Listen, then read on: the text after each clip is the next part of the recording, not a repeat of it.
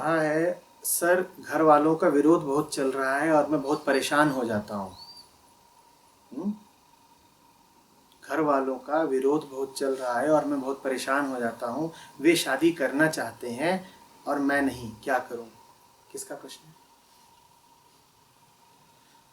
घर वालों का विरोध बहुत चल रहा है और मैं बहुत परेशान हो जाता हूँ। वे शादी करना चाहते हैं और मैं नहीं, क्या करूँ? अरे उन्हें करने दो ना शादी। तुम क्यों किसी की स्वतंत्रता में बाधा बनते हो? घर वाले शादी करना चाहते हैं, उन्हें शादी करने दो। तुम शादी नहीं करना चाहते, तुम मत करो। दिक्कत क्या है? तो मेरी तो करेंगे। अच्छा, तुम्हारी करना चाहते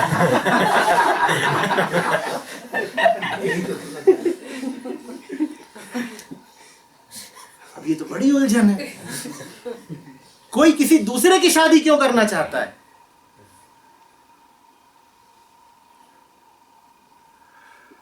कोई किसी दूसरे की शादी इसलिए करना चाहता है क्योंकि उसने अपनी शादी भी किसी दूसरे के दबाव में करी थी।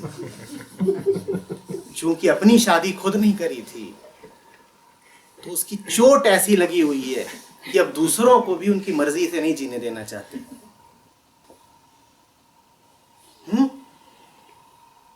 हॉस्टल पहुंचा था तो एक पकड़ पकड़ के लोगों को नंगा करे और फिर बेंत लगाए। तो उससे पूछा गया, भाई क्यों? तो पहले तो पता चला कि 4th ईयर का है, 4थे साल का। बोला फर्स्ट ईयर में मेरी जो हुई थी उसे 3 साल से वसूल रहा हूं और दर्द फिर भी जाता नहीं।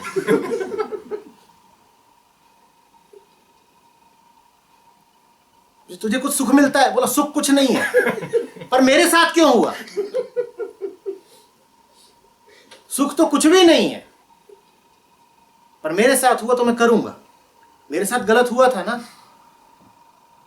और दर्द सीने में बैठ गया है। मैं कहा भाई तेरे साथ गलत हुआ तो तू उसी बात को दूसरी ओर मोड़ दे कि जो मेरे साथ हुआ वो मैं दूसरों के साथ नहीं होने दूंगा। बोला ऐसे थोड़ी चलता है।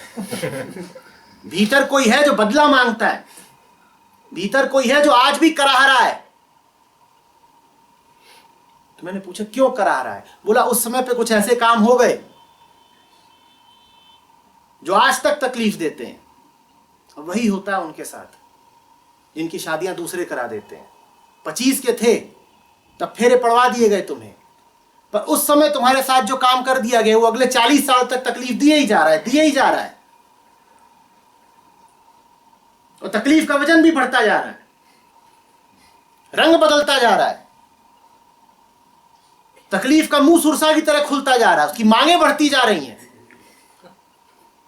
तो तुम तो रहोगे ना इसी ताक में कि कोई मिले तो। हम ही अभागे थे। ऐसे ही हॉस्टल के दिनों से एक और किस्सा याद आ रहा है। एक था, उसका काम ही यही था कि घटिया से घटिया पिक्चर ले वो देखने जाए। अब दिन भर वो सोता था, कोई क्लास तो उसे अटेंड करनी नहीं थी, तो रात भर नींद ना आए, और रात में सिनेमा हॉल भी खाली, कौन जाएगा? तो जाए और कहीं भी कोई भी फिल्म लगी है देखे और वापस आए, और जो सबसे घटिया फिल्म हो वो गा गा के बताए कि ऐसी तो तुमने देखी नहीं होगी। अब लोग भी उससे कई बार बेवकूफ बन चुके थे, पर फितरत हमारी कुछ ऐसी होती है कि एक ही गड्ढे में बार बार गिरने में भी हमें लाज नहीं आती। 2 बार 3 बार उसके फंदे में फंस चुके हैं, पर फिर वो आया, फिर बता रहा है कि ये वाली तो तू, you can't miss this one यार, क्या बात है, ये वो है। ऐसे ऐसे जाल बुने, ऐसे ऐसे लच्छे फेंके, और लोग फिर पहुंच जाए, फिर बेवकूफ बने। और फिर कोई पूछे तू क्यों करता है? बोले मेरे ही साथ होगा बस। मेरे ही पैसे फालतू थे। कई बार तो वो जाए और 20-25 मिनट की देख के आ जाए, और फिर जिनको भेजे जानते हुए कि ये भी 20 मिनट से ज्यादा झेलेंगे नहीं, तो हॉल के बाहर खड़ा रहे, और जब बाहर निकले तो ताली बजा बजा के नाचे।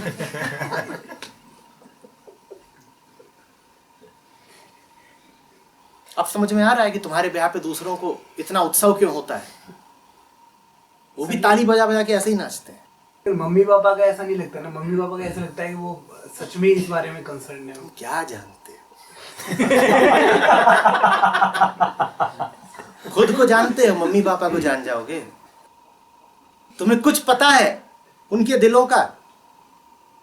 उनकी अपनी जो जोड़ी है, जो समीकरण है, जो इक्वेशन है, तुम क्या जानते हो? तुम्हारी गर्लफ्रेंड से जो चल रहा है वो कभी पिताजी को समझा पाओगे?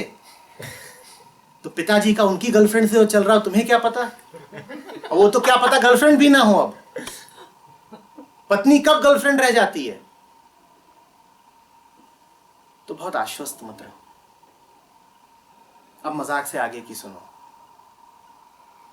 मुक्ति ही मुक्ति दे सकती है, और बंधनों से सिर्फ और बंधन पैदा होते हैं। एक आजाद दिल सदा दूसरों को आजाद देखना चाहेगा, और जिसमें यह हिम्मत नहीं कि अपना जीवन आजादी से जी सके, वो दूसरों को भी गुलामी ही देना चाहेगा। समझ रहे हो बात को? पूर्ण से पूर्ण उदित होता है, और अपूर्णता से अपूर्णता।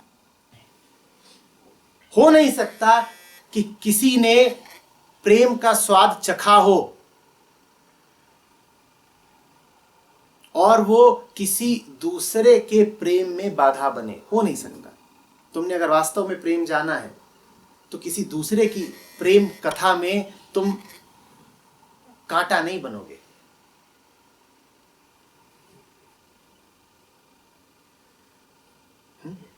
और अगर तुमने प्रेम नहीं जाना है तो ये तकलीफ तुम्हें जीवन भर सालेगी। तुमने प्रेम नहीं जाना है तो निश्चित रूप से तुम कमजोर आदमी होगे, और कमजोर आदमी ईर्ष्यालु भी बहुत होता है। जिसने प्रेम नहीं जाना है उसे दूसरों का प्रेम देख के ईर्ष्या भी खूब उठेगी, और जिसने प्रेम नहीं जाना है वो आदमी अश्रद्धा से भी भरा हुआ होता है। उसे यह यकीन भी नहीं होता कि प्रेम जैसा कुछ हो भी सकता है। तो वो जब सुनेगा कि कहीं पे प्रेम का फूल खिला तो कहेगा प्रेम कुछ होता नहीं, फूल कैसे खिल गया? कहेगा धोखा है, सब धोखा है। बुल्ले शाह धोखा है, कबीर धोखा है, मीरा धोखा है, हीर रांझा धोखा है, लैला मजनू धोखा है। प्रेम की तुम बात ही मत करो, हर तल का प्रेम धोखा है। सत्य क्या है? सत्य सिर्फ आंसू है, और वो आंसू हमने झेले।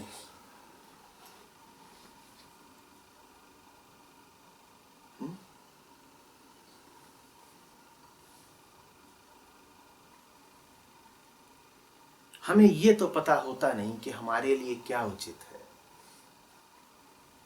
हम कैसे निर्धारक बन जाते हैं दूसरों के जीवन और भविष्य के।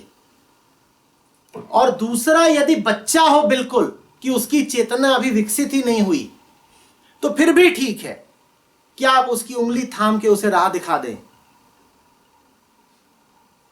पर दूसरा यदि 25 वर्ष का, 30 वर्ष का जवान है,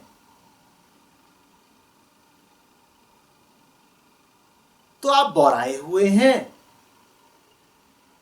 कि उसकी आत्मा में बाधा बन रहे हैं।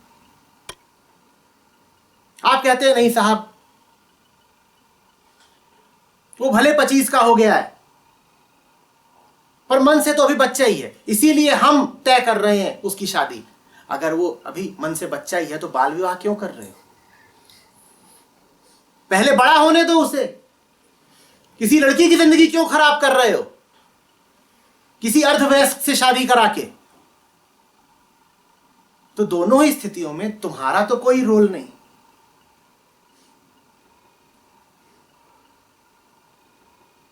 अगर वो वयस्क हो गया है तो खुद देख लेगा क्या करना है उसे। और अगर वो वयस्क कभी हुआ नहीं तो क्यों जबरदस्ती उसे किसी के पल्ले बांध रहे हो? पर नहीं, इसमें जो मलिन सुख है वो किसी में नहीं। ये करीब करीब बलात्कार जैसी घटना है, किसी की आत्मा में बाधा बन जाना। ऐसे काम जो नितांत आत्मिक होते हैं उनमें घुसपैठ कर जाना।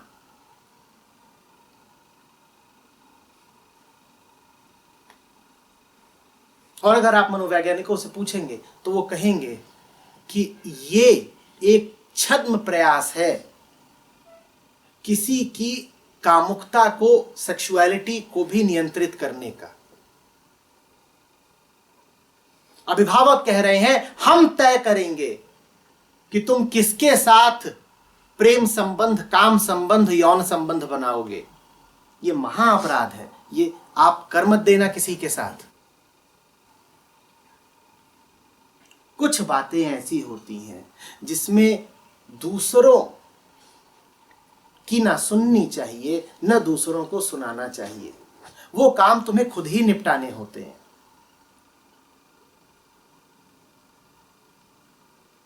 तुम होगे बहुत बड़े राजा, पर अगर रानी से मनमुटाव हो गया तो तुम अपनी सेना नहीं छोड़ सकते रानी पर,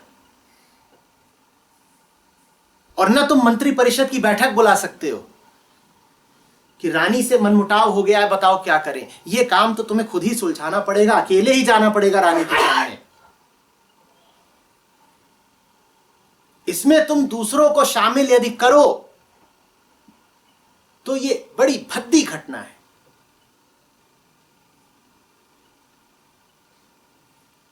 समझ में आ रही है बात? भिखारी हो चाहे राजा हो, प्रेम में तो अपने प्रियवर से एकांत में ही मिलेगा। या राजा ये कहेगा कि मैं तो राजा हूं, तो शयन कक्ष में कम से कम 2000 लोग तो होने ही चाहिए।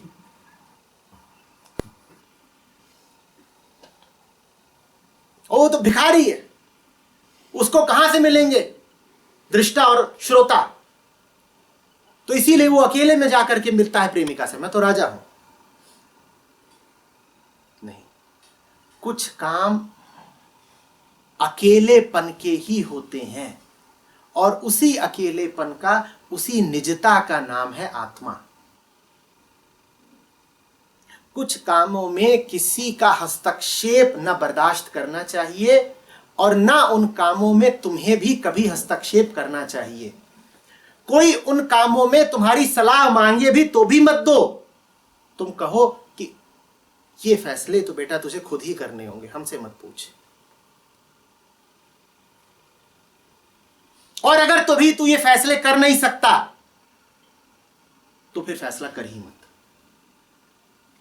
फिर अभी तू शरीर भर से जवान हो गया है, आंतरिक रूप से अभी तू नन्हा ही है। और जो भी आंतरिक रूप से नन्हे हो उन्हें कोई हक नहीं कि वो किसी का हाथ थामे। वो अगर किसी का हाथ थामेंगे भी तो ऐसे ही जैसे बच्चा मां का हाथ थामता है। प्रेम में नहीं थाम सकते, सहारे के लिए थामेंगे। और शादी ब्याह सहारे के लिए तो करे नहीं जाते ना। सहारा ही अगर तुम्हें चाहिए तो बैसाखियों से ब्याह कर लो। एक मिले बोले आवश्यक है, क्यों?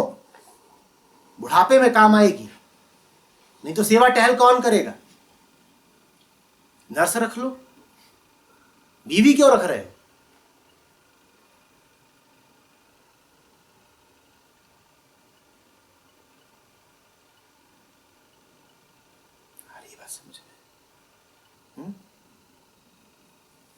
इसमें समाज के ऊपर डल जाता है कि समाज क्या बोलेगा। अब शादी होगी, शादी के 2 साल हो गए, अब आगे जनरेशन बढ़ाओ, नहीं तो समाज क्या बोलेगा। फिर सारे जो प्रेशर होते हैं वो पूरा समाज देता है, बेटा 2 साल हो गए, तो 3 साल हो गए। ये तो भूलना नहीं, ये वही खेल है बिल्कुल। मेरे साथ हुआ, तेरे साथ क्यों ना हो। ये आनंद नहीं बांटा जा रहा, ये आंसू बांटे जा रहे हैं।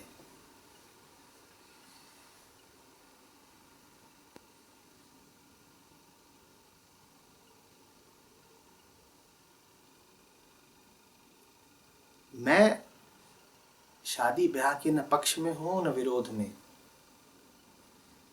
मैं होश के पक्ष में हूं, मैं प्रेम के पक्ष में हूं। यदि वास्तव में प्रेम उठा है हृदय से तो चाहो जो करना है करो। तुम यही तय करते हो कि तुम्हें ब्याह कर लेना है, तुम कर लो। प्रेम जो करवाए सब ठीक। आंखें खुली रखना, होश में रहना बस। और प्रेम यदि नहीं है तो किसी को छूना बड़ी विभत्स बात है। वासना है ना फिर तो बस, या कोई और कामना होगी, तो फिर तो किसी को छूना बलात्कार जैसा हो गया ना। प्रेम से यदि किसी को स्पर्श नहीं किया तो तुम और क्या कर रहे हो? दो ही तरह के रिश्ते होते हैं, या तो प्रेम के या हिंसा के। पूरे अपनेपन से यदि किसी को स्पर्श नहीं किया, यदि ये सोच के किया कि इससे कुछ मिल जाएगा, कुछ सुख उगा लूंगा इससे, किसी तरह की प्रसन्नता खींच लूंगा इससे, तो हिंसा कर रहे हो। और हिंसा का प्रतिफल कभी अच्छा नहीं हो सकता। तुम अपने लिए दुख तैयार कर रहे हो सकता है उस क्षण तुम्हें लगे कि किसी का उपभोग करके, किसी का शोषण करके तुम्हें बड़ा मजा आ गया, लेकिन भूलना मत कि इस मजे की बहुत बड़ी कीमत दोगे।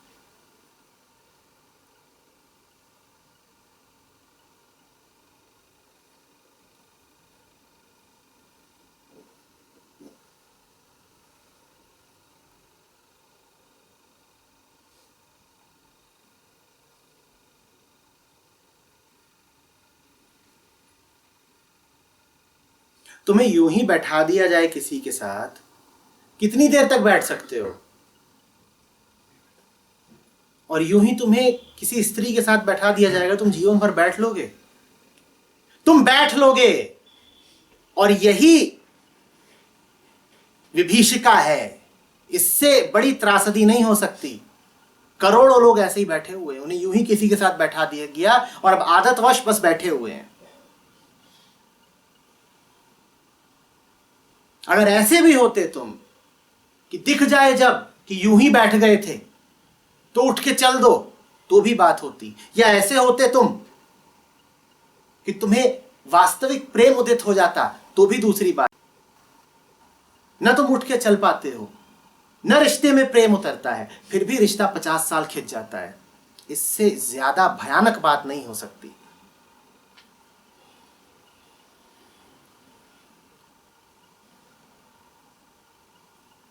एक अनजान सिर्फ तुम्हारे बगल में नहीं बैठा है,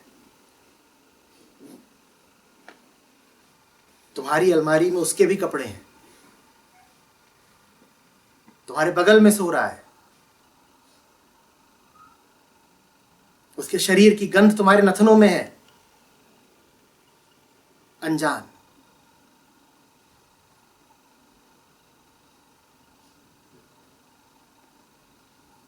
जानते हो जानना कब हो पाता है? तब नहीं जब निर्वस्त्र हो जाते हो किसी के सामने, तब जब कोई ऐसा होता है तुम्हारे सामने जिसके सामने मन उघेड़ कर रख दो। अन्यथा कपड़े तो उतरते हैं, मन नहीं खुलता। और ऐसा तो कोई बिरला ही होता है कि जिसके सामने तुम मन खोल कर रख दो। प्रेम सिर्फ उसी से हो सकता है।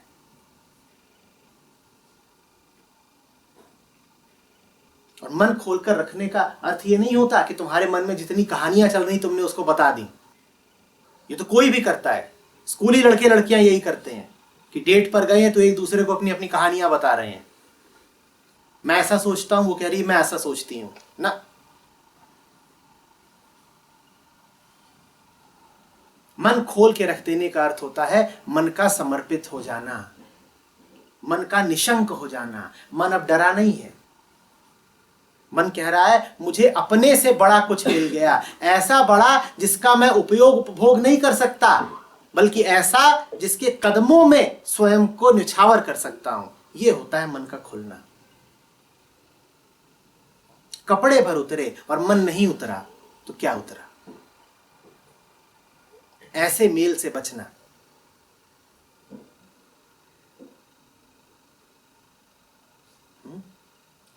सर कभी रोते हैं, कभी मरने की वो करते हैं, कभी वो करते हैं सर। सभी मरेंगे। क्या?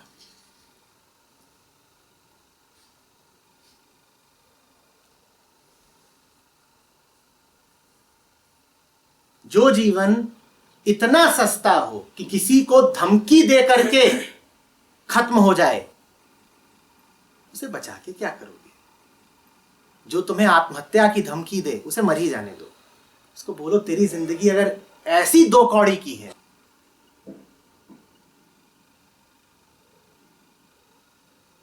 तो उसे बचा के भी क्या होगा? दे ही दे। जीवन का कुछ मूल्य होता है कि नहीं होता है? और जिसके जीवन का इतना भी मूल्य नहीं, वो जी ही क्यों रहा है?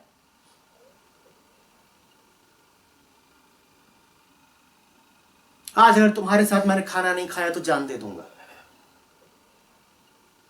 खाने बराबर तेरी जान है तो तू दे, आज ही दे दे।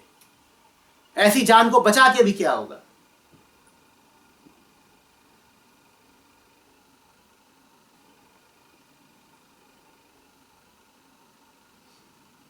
लाल कहे लाल मुरझई है तो जीबे कै दिन करी है। एक बच्चा पैदा हुआ तो मां उसे बोले लाल लाल मेरे लाल, और जहां उसको लाल बोले तहां वो मुरझाए। इतना कमजोर था वो कि लाल शब्द भी नहीं झेल पाता था। तो मां रोने लगी तो किसी ने आके कहा अरे लाल कहने से ही अगर ये लाल मुरझा रहे हैं तो वैसे भी कितने दिन जिएंगे ये, तू काहे दुख करती है?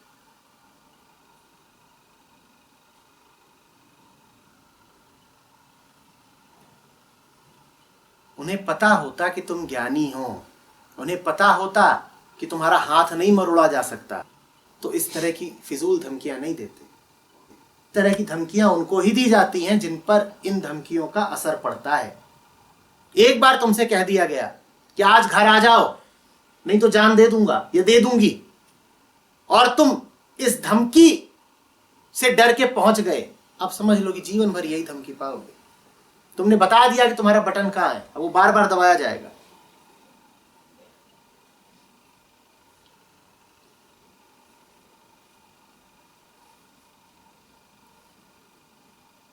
फिर इससे क्या तुम्हें अपने निवर्तमान रिश्तों की गहराई का कुछ पता नहीं चलता? जिस रिश्ते में बाह मरोड़ी जाती हो, कान उमेठे जाते हो,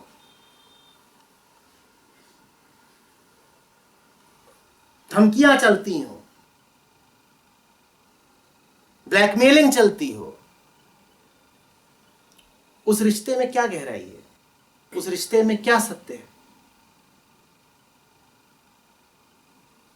और फिर वो रिश्ता चाहे कि उसके कहने पर तुम एक नया रिश्ता बना लो, तो ये तुम अपने साथ भलाई कर रहे हो। कोई प्रेमवश भी तुम्हें अगर समझाए तो एक बार उसकी बात सुनो, पर प्रेमवश समझाने की जगह अगर कोई तुम पर बल प्रयोग करे तो तुम में जरा खुददारी नहीं, जरा आत्मिकता नहीं। और ये बल प्रयोग ही है। बल प्रयोग यही नहीं होता कि जब डंडे से मारा गया। किसी भी प्रकार अगर तुमसे कुछ जबरदस्ती कराया जा रहा है तो वो बल प्रयोग ही है।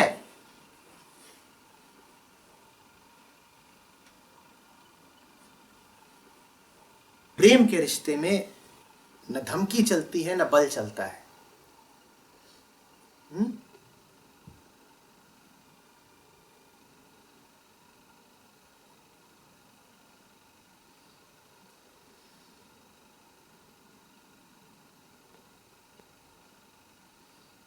जो लोग यहां पर शादी करने को तत्पर हों, उनसे एक बात, करना न करना तुम्हारा फैसला, तुम जानो। जो भी करना आंख खोलकर करना। पूछना अपने आप से, ये क्या करने जा रहा हूं।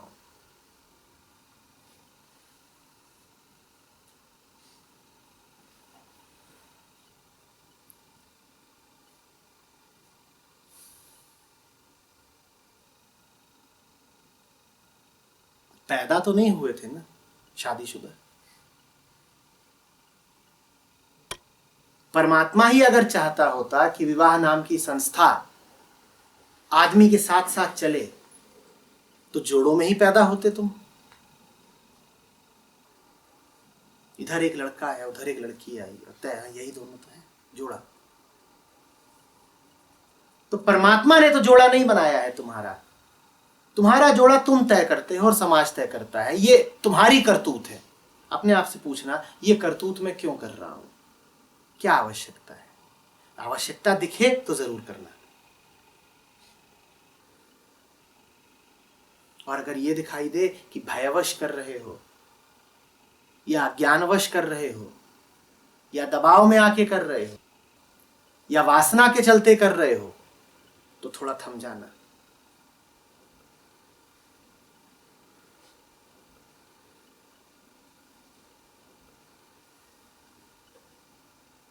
वासना के लिए, सुबह के नाश्ते और रात के खाने के लिए और घर की साफ सफाई के लिए या आर्थिक सहारे के लिए किसी का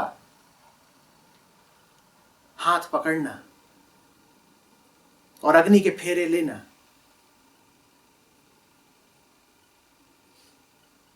और शास्त्रीय मंत्रोच्चार करना, ये सब बड़ा गड़बड़ है।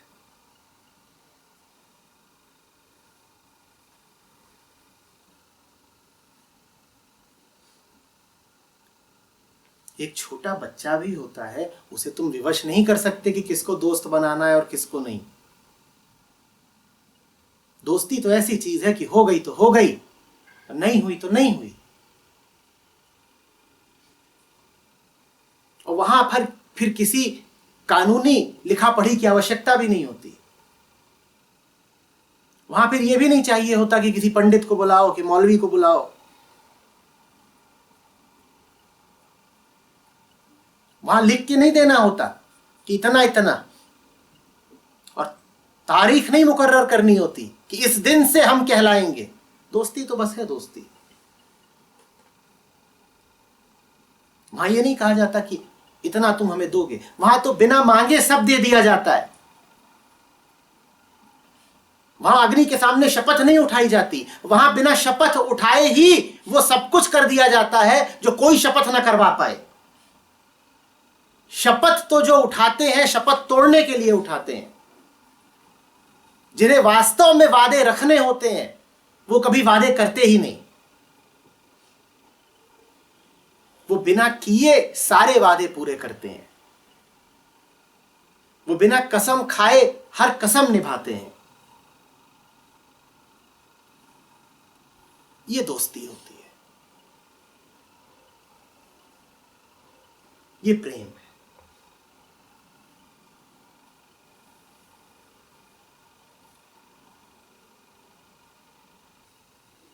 कुंवारा शब्द बड़ा अर्थपूर्ण है, उसके आध्यात्मिक अर्थ है।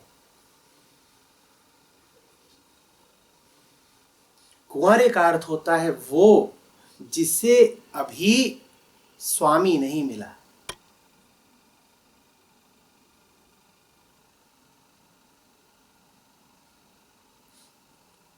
सत्य को पालो, जीवन को पालो, तब तुम्हारा कुंवारापन दूर होगा।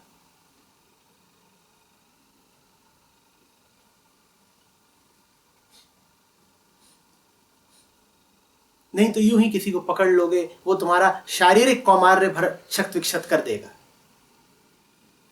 भीतर से तो कुंवारे ही रह जाओगे। देह की चीरफाड़ हो जाएगी और दिल से कुंवारी बैठी रहोगी।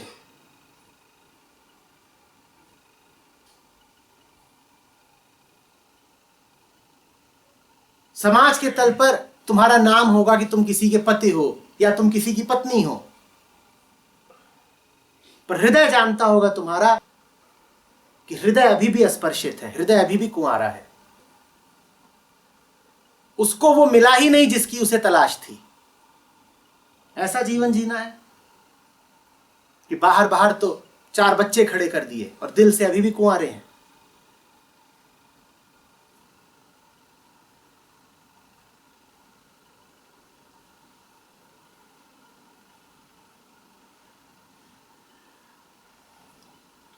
जो दिल का प्रियतम है उसे पालो। सारे ग्रंथ यही कह गए, सारे गुरु यही सिखा गए। और क्या गाते हैं कबीर?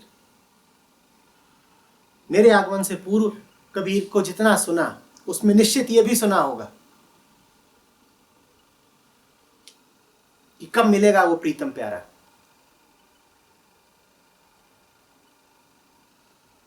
ये है असली कुंवारेपन को दूर करने की असली चेष्टा। तुम शरीर के तल पर जीते हो, इसीलिए मात्र शारीरिक कौमार्य जानते हो, और फिर कहते हो शारीरिक कौमार्य हमने 25 की उम्र तक बचा के रखा। किस लिए? ताकि एक दिन कोई यूं ही आए और विस्फोट कर जाए। ये तो बड़ी मजेदार बात है। भाईजान 30 साल कुंवारे रहे, किस लिए? ताकि एक दिन सड़क पर फेंकाए कौमार्य।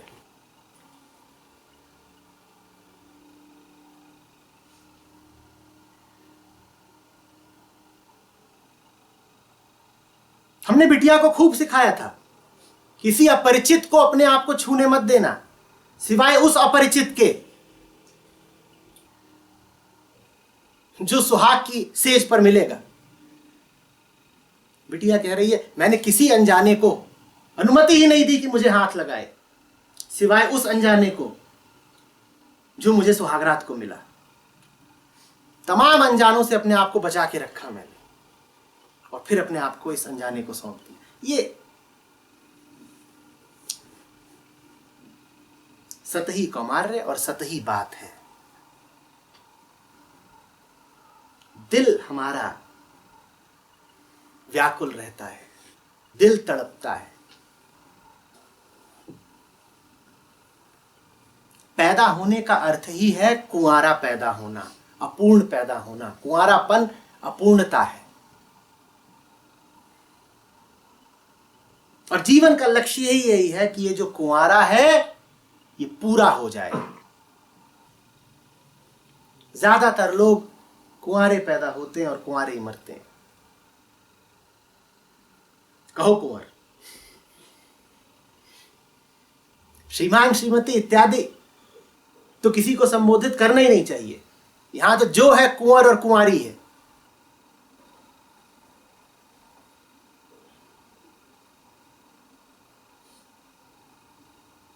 कबीर जैसों को छोड़ के, नानक जैसों को छोड़ के, फरीद जैसों को छोड़ के,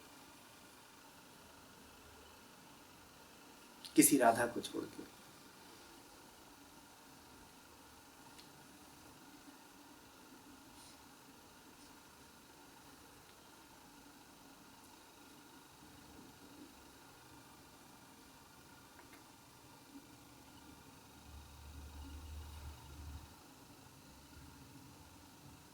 विवाह उससे करो जिसका विचार भी ना आए, क्योंकि जिसका विचार आ गया वो दूसरा होगा कोई।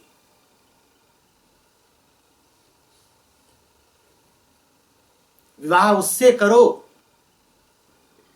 जो मौत के बाद भी तुम्हारे साथ चले। तुम तो जिससे विवाह करते हो जेल भी नहीं जाए तुम्हारे साथ। अस्पताल नहीं जाए तुम्हारे साथ।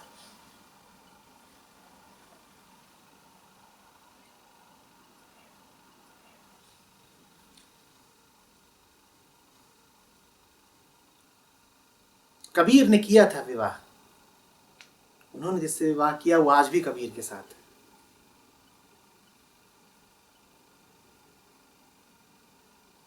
तुम तो बात बात में कहते हो लेट्स कॉल इट ऑफ।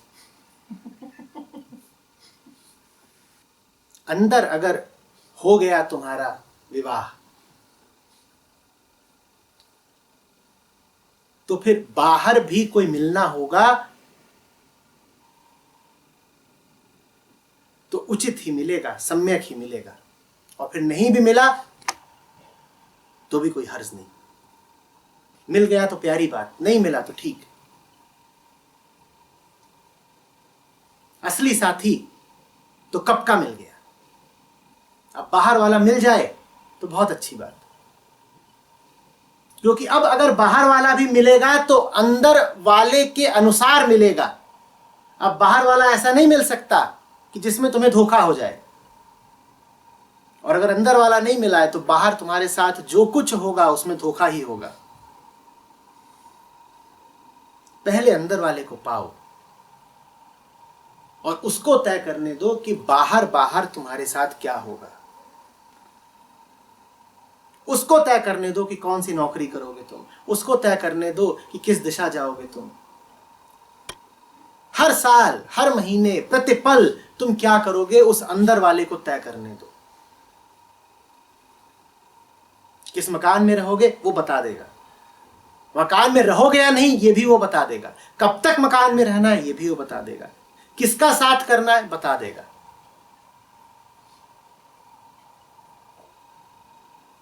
भीतर जिसको पाना है पहले उसको पाओ, बाहर की संगत बाद में। हमारे साथ बहुत बड़ी दुर्घटना ये हो जाती है कि भीतर वाले को हमने पाया नहीं होता और बाहर हम किसी का हाथ थाम लेते हैं। अब मरे तो अब कोई नहीं बचा सकता।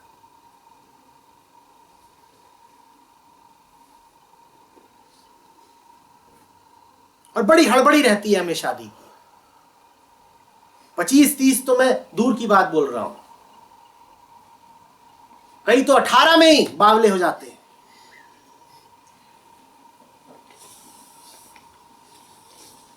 और मां बाप लड़कियों को धकेल दे आग में, ये रोकने के लिए सरकार को कानून बनाना पड़ा, उम्र बांधनी पड़ी कि इससे पहले ब्याह मत कर देना।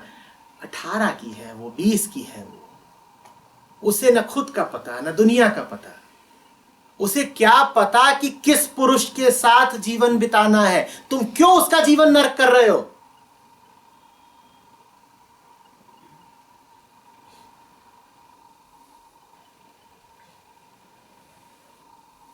क्या हड़बड़ी है भाई?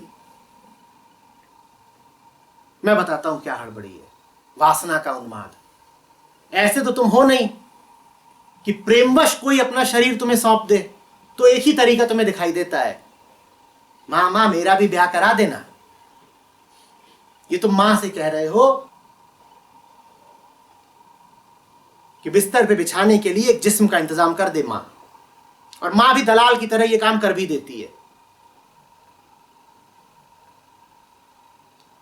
अरे मर्द हो अगर तो निकलो दुनिया में, खाओ ठोकरें,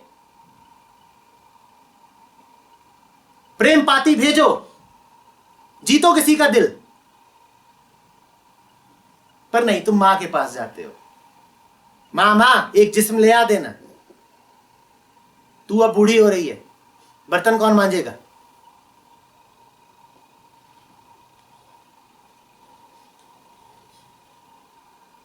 और यही बात लड़कियों पर भी लागू होती है।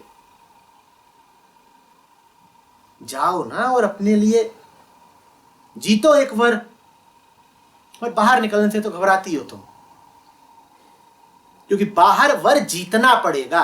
वहां तुम्हारी योग्यता और तुम्हारी पात्रता का परीक्षण होगा, और घर बैठे तो कोई परीक्षण होना नहीं है। हाँ तो पिताजी एक दूल्हा एक गुड्डा कहीं से उठा के ले आएंगे।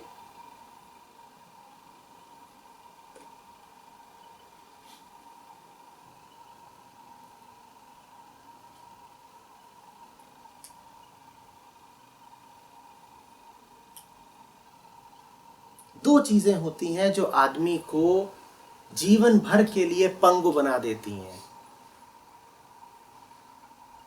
गलत विवाह और गलत व्यवसाय। जो इन दोनों से बच गया वो तर गया। कंचन कामिनी का फेर इसी को कहा गया है। और दुखद से दुखद बात यह है कि 99 लोग इनमें से एक में नहीं, दोनों में ही फंसे होते हैं। उनका विवाह भी गलत होता है और व्यवसाय भी गलत होता है।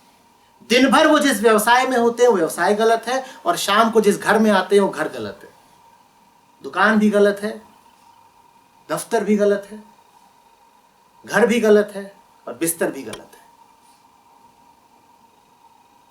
और फिर तुम कहते हो कि जीवन में कुछ रस क्यों नहीं है, कुछ तृप्ति क्यों नहीं, कुछ आनंद क्यों नहीं। अरे कहां से हो? अपनी करतूतें देखो।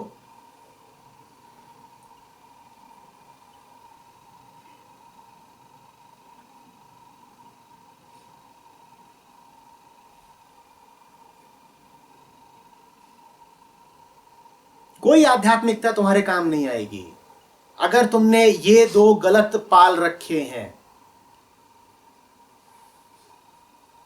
फिर तुम करते रहो गीता का पाठ, फिर तुम्हें जितना जय जगदीश हरे करना है करो, कोई फर्क नहीं पड़ेगा। तुम्हारा धंधा ही गलत है, तुम्हारा घर ही गलत है। उस घर में तुम कितनी आरती उतारो, क्या फर्क पड़ेगा।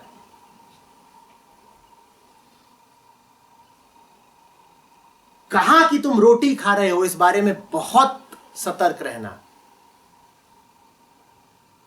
और किसको तुमने अपनी भार्या या अपना पति कह रखा है, इस बारे में बहुत सतर्क रहना।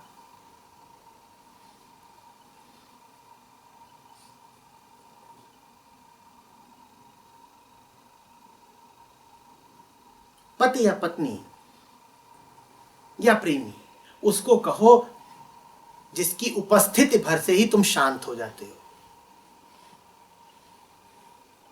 अगर मामला ही उल्टा है कि तुम शांत हो और उसका चेहरा विचार में आया नहीं और तुम भभक उठे, तो जान लो कि फंसे। कि कहीं बैठे हो आराम से और चाय पी रहे हो और तभी फोन बजा, उसमें लिखा हुआ है लुल्लू की अम्मा, और चाय गिर गई तुम्हारे ही ऊपर, तो जान लो कि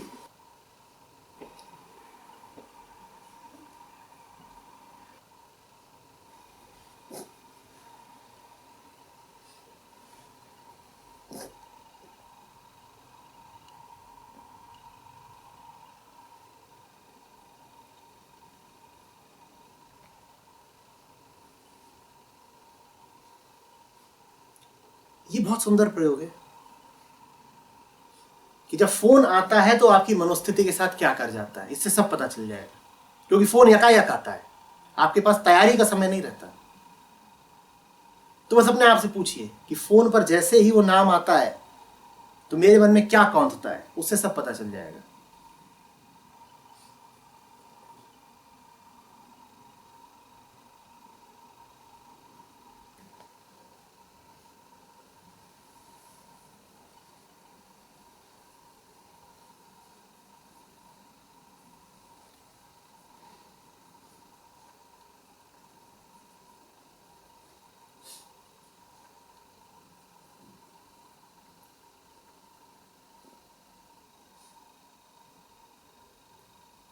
अगली बार जब कोई दबाव डाले तो उससे हंस के कहना, बड़े ही नटखट हो,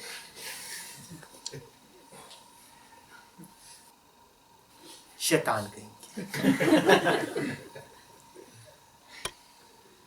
क्योंकि ये बात ऐसी भी नहीं कि जिसका कोई गंभीर जवाब दिया जाए। ये मूर्खतापूर्ण बात है, ये उपहासपूर्ण बात है।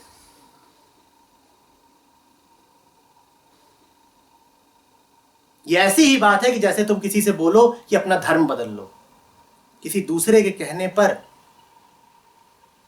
धर्म न रखा जाता है न बदला जाता है। ये ऐसी ही बात है कि जैसे कोई तुमसे बोले कि अपना गुरु बदल लो। दुनिया में किसी की औकात नहीं होनी चाहिए कि तुम्हें बता सके कि तुम्हें किसे गुरु मानना है और किसे नहीं। ये वैसी ही बात है कि कोई तुमसे बोले कि परमात्मा पर आस्था छोड़ दो। तुमने कैसे किसी को हक दे दिया कि वो तुम्हें बता रहा है कि परमात्मा में आस्था रखनी है कि नहीं?